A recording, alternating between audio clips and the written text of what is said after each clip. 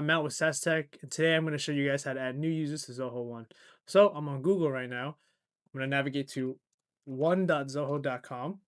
It's going to take me to the Zoho One dashboard. Directory button on the top right, so click on that. It's going to be bringing you to the directory settings. So once you're on this page, and this is where going to be where your users and your active users, you're going to click top right, add user, and uh, you're going to be presented with all this information you can fill out. This is always editable on the Manage Fields tab, but for now we're going to go with the default fields.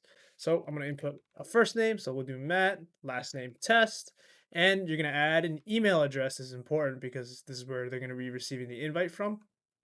You're going to put in an email address that is already set up. In this case, I have mattsaztestuser@gmail.com. Right? And optionally, you could fill out their company information, which includes their employee ID, designation, the email right, because it's even if you get the email wrong, it's going to tell you that it sent it.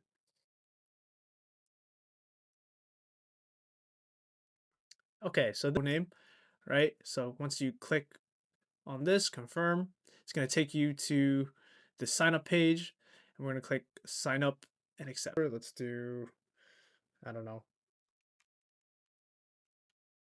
right? Let me just copy and paste that so I don't forget that. You're going to agree to the terms of service, accept, and now you're now part of the Zoho One organization. So we're going to redirect to that. All right, and there you have it. You are on Zoho One. Oh, so there you have it. You've added a new user to Zoho One. So if you like what you see today, then please follow Saz Tech and subscribe for more Zoho tutorials. Bye-bye.